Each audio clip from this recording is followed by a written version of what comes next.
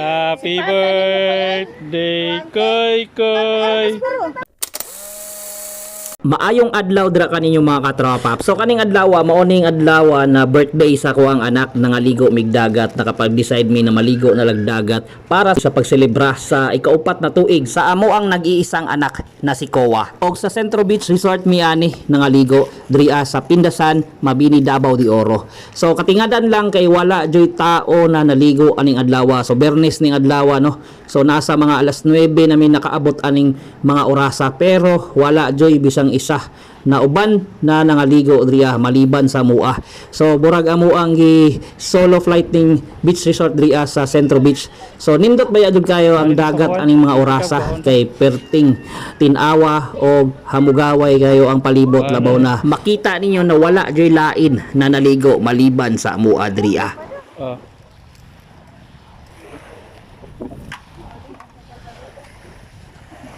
Og since maumay ang request sa amo ang anak na gusto jud siya maligo og dagat sa iyahang birthday. So mao na ang inyo makita diri ano sa tubangan sa Centro Beach Resort diri sa Pindasan, Mabini, Davao de Oro. So nindot man jud siya ang dagat diri na side. Kapag ingani inyong maabdan na medyo taas ang tubig pero kanang medyo hunas na siya, di jud siya ingon na maingon ako na nindot no.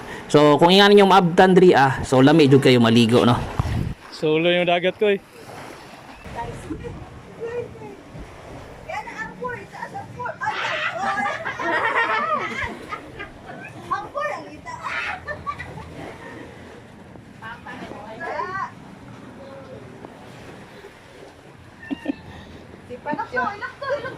Ilakdo. Happy birthday, Koy Koy. Ana.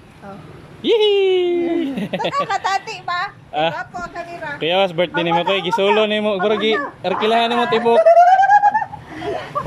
Beach resort ba? Birthday Kowa.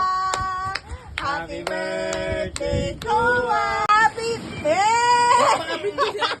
So pagkahuman na mong kaon, naligo dahil may og dagat. So nasa mga alas 10:30 na ni mga orasa. So makita nyo na medyo dagko na jud ang mga balod na nihapak. Kay siguro sa hungaw sa bagyong Basyang. So February 6 ni na adlaw na among pagligo sa birthday sa mga anak. So makita nyo na perting mga dagkua sa mga balod na nihapak ani diri mga orasa.